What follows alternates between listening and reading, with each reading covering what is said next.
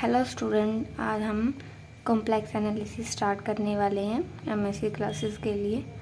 और इसमें हम न्यू एजुकेशन पॉलिसी का सिलेबस कवर करने वाले हैं और ये हम बेसिक से करेंगे। बेसिक करते हुए हम आगे प्रोसीड करेंगे। और मैंने लास्ट क्लासेस में इसका बेसिक स्टार्ट किया था, जिसमें मैंने बताया था कि कॉम्प्लेक्स नंबर होते क्या हैं। वो नंबर जो एक्स प्लस आयोटा वाई के फॉर्म में लिखे जाते हैं उसे क्या बोलते हैं, कॉम्प्लेक्स नंबर। और ये हमारे, अगर इसको पूरे को मैंने किसके जेड के इक्वल रख दिया कि इसको बार बार एक्स प्लस आयोटा वाई लिखने के बजाय हम इसे जेड से रिप्रेजेंट कर सकते हैं। इसमें एक्स और वाई के हमारे रियल नंबर्स, जो हमारा ये आयोटा वाला पार्ट होता है इसे इमेजिनरी पार्ट बोलते हैं, और एक्स वाला पार्ट हमारा रियल पार्ट होता है। तो ये था हमारा कॉम्प्लेक्स नंबर के बारे में बेसिक नॉलेज। अब जैसे हम रियल नंबर्स को ऐड और सब्सट्रैक्ट कर सकते हैं, जैसे हमारा रियल नंबर एक 1 है, एक 2 है, ये हमारे क्या रियल नंबर्स, और हम इसे ऐड कर सकते हैं, वैल्यू 3 आएगी। ऐसे ही हम क्या कर सकते हैं, कॉम्प्लेक्स नंबर का एडिशन, सब्सट्रैक्शन, मल्टीप्लिकेशन और डिवीजन कर सकते हैं। पहले हम ऐड करने के लिए क्या लेंगे, 2 नंबर्स लेंगे कॉम्प्लेक्स नंबर्स, Z1 जिसकी value x1 plus iota y1 और Z2 जिसकी वैल्यू x2 आयोटा y2। अब Z1 प्लस Z2, Z1 के प्लेस पे Z1 की वैल्यू और Z2 के प्लेस पे Z2 की वैल्यू। अब इसे ऐड कैसे करते हैं, वे कि हमारा रियल पार्ट में, जो रियल पार्ट है हमारा इन दोनों का, उसमें रियल पार्ट ऐड करेंगे, और जो इमेजिनरी है उसमें इमेजिनरी ऐड कर देंगे, है ना।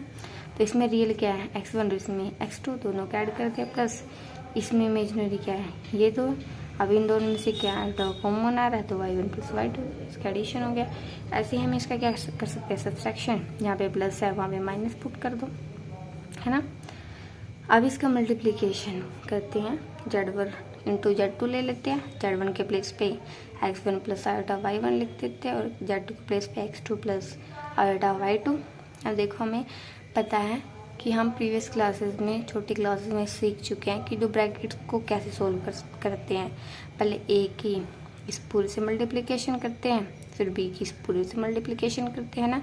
ऐसे हम यहाँ पे करेंगे, x1 की पहले इस पूरे से करेंगे, फिर आयोटा y1 की फिर पूरे से करेंगे, x1 की x2 से करें तो x1 इंटू x2 प्लस इससे की आयोटा y2 x1, ठीक है, प्लस अब इसकी इससे करेंगे आयोटा y1 x2। अब देखो यहाँ पे क्या आ रहा हमारा, आयोटा y1 इंटू में आयोटा y2, इसकी हमें ऐसे लिख सकते हैं y1 y2, और यहाँ पे आयोटा आयोटा आयोटा स्केयर होता है, हो जाएगा आयोटा स्केयर की वैल्यू हमारी -1 होती है, तो ये क्या बन जाएगा -y1 y2। अब क्या करेंगे, रियल पार्ट को अलग कर लेंगे और इमेजिनरी पार्ट को अलग कर लेंगे। ये क्या हमारा रियल पार्ट x1 x2, और ये हमारा इमेजिनरी पार्ट, नहीं ये भी हमारा रियल पार्ट है y1 y2, प्लस अब ये और ये क्या हमारा इमेजिनरी पार्ट, तो इसको अलग करेंगे, इसमें से आयोटा कॉमन ले लें तो वैल्यू हो जाएगी y2 x1 y1 x2। Okay, ऐसे हम इसे मल्टीप्लाई करके हमारी ये वैल्यू आ जाएगी। ऐसे हम इसका डिवीजन करेंगे, Z1 बाई Z2, Z1 के प्लेस पे Z1 की वैल्यू, Z2 के प्लेस पे Z2 की वैल्यू। और फिर हम 12th क्लास से, प्रीवियस क्लास से हमें ये बोला जाता है कि हम आयोटा को कभी भी डिवाइड में नहीं रखते, तो मैं इसको क्या करेंगे, रैशनलाइज कर देंगे। यहाँ पे x2 प्लस आयोटा y2 है, तो रैशनलाइज साइन चेंज हो जाता है, x2 minus iota y2, x2 minus iota y2, ये दोनों के आगे मल्टीप्लिकेशन में आ गए, है ना। यहाँ पे देखो नीचे फॉर्मूला बन रहा है, अगर x2 को a माने और आयोटा y2 को b माने तो a प्लस बी, और ये क्या बन जाएगा a माइनस बी। तो क्या आ जाएगा हमारा आंसर, क्या होता है इसका formula, a square plus minus b square. यहाँ पे a स्केयर क्या है x2, तो x2 का स्केयर, माइनस बी स्केयर क्या है आयोटा y2, तो आयोटा y2 का होल स्केयर। अब देखो आयोटा y2 का होल स्केयर क्या आएगा, आयोटा का स्केयर y2 का स्केयर, आयोटा का स्केयर -1 y2 का स्केयर।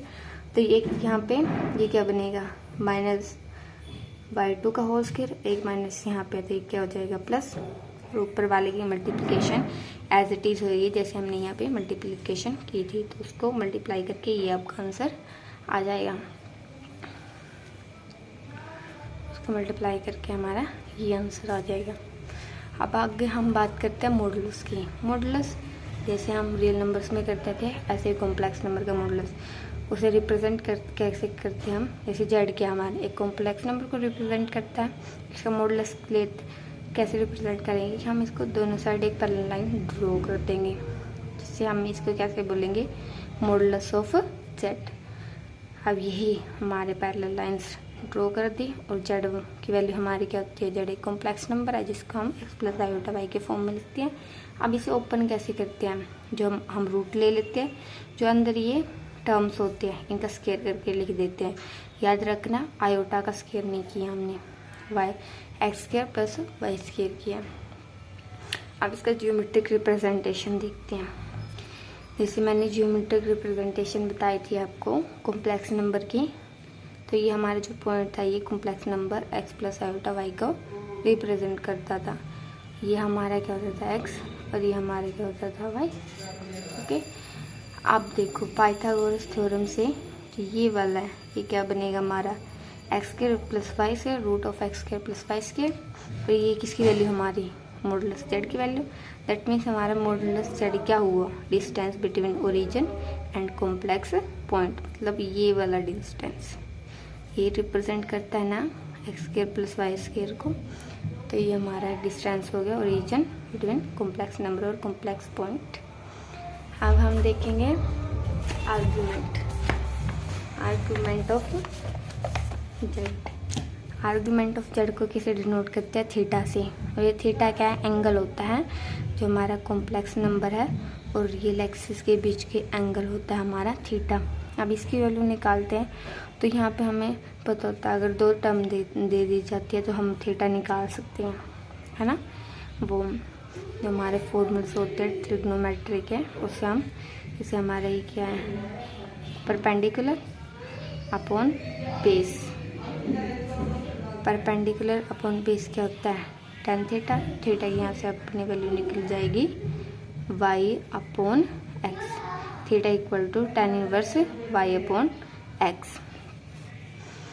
अब आगे हमारा एक नोट डाल लो कि आर्गुमेंट यूनिक नहीं होता।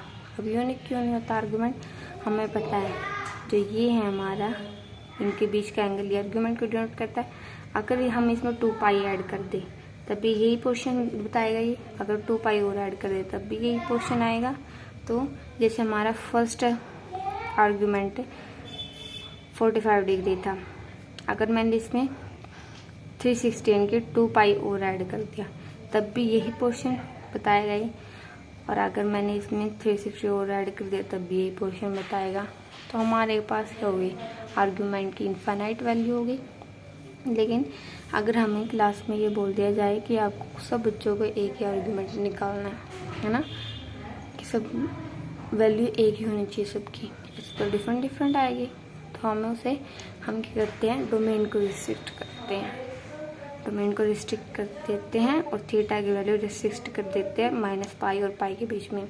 मतलब वो वैल्यू जो माइनस पाई, वो थीटा की वो वैल्यू जो माइनस पाई और पाई के बीच में आती है उसे क्या बोलते हैं principal argument. Okay, so student thank you of watching this. हम ऐसे ही नेक्स्ट वीडियो को सिलेबस को कवर करेंगे। कंप्लीट सिलेबस आपको इस चैनल पे कराया जाएगा। सो अगर आपको वीडियो अच्छे लगे तो like share and subscribe my channel. Thank you.